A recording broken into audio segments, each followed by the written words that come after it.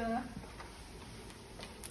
All right, so can you tell us a little bit about the patient and symptoms they're experiencing? What do you think it possibly is?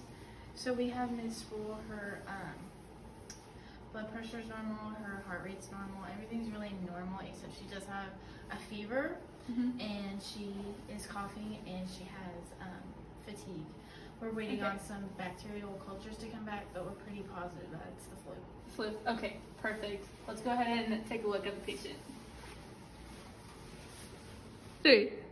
Hi, I'm Dr. Franks. I just wanted to check in and see what kind of symptoms you were having.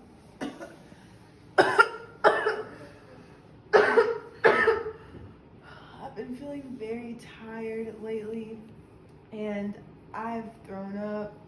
I've been very hot, so I think I've had a fever. I've been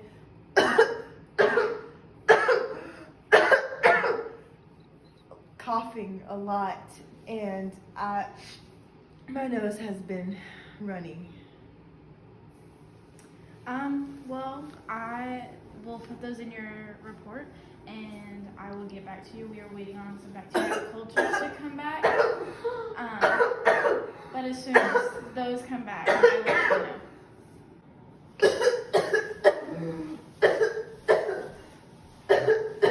Miss Asia Spruill? Hi, I'm Dr. Powers. We just got back your bacterial cultures. And I wanted to let you know that you tested positive for Bordetella pertussis.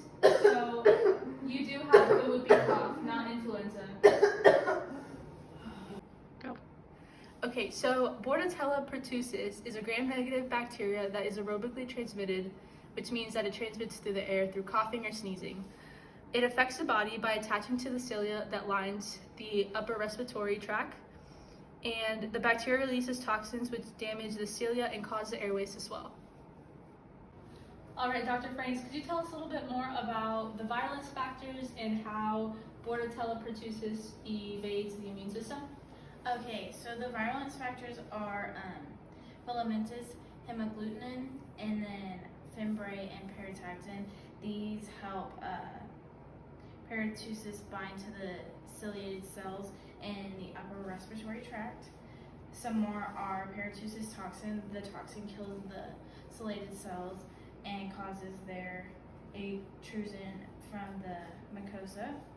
And then the tracheal cytotoxin. This toxin kills the ciliated epithelial cells in the respiratory tract. How it evades the immune system. It inhibits neutrophil cells and which engulfs the bacteria to the site of the infection, thus giving the bacteria time to spread through the lungs. Awesome, perfect, you got it. Good. Hi, Ms. Spruill. I'm Dr. Powers. I just wanted to run through the treatment plan that we put you through because this is a teaching hospital and I just want our interns to learn how to treat Bordetella pertussis. So the treatment plan that we did put you through were some antibiotics, which are erythromycin, clarithromycin, and azithromycin. Those are the common antibiotics that we usually do use to treat Bordetella pertussis, also known as the whooping cough. And then there is an alternative treatment plan that includes 2 vaccines. One of the vaccines is called DTaP, which is a vaccine that protects young children. So obviously that wouldn't be the case for you. But there's also another vaccine which is called Tdap, which is a vaccine that protects older people from the whooping cough, which is what we would have given you if we didn't administer the antibiotics. Okay, thank you. Thank you for informing me. Yeah, of course.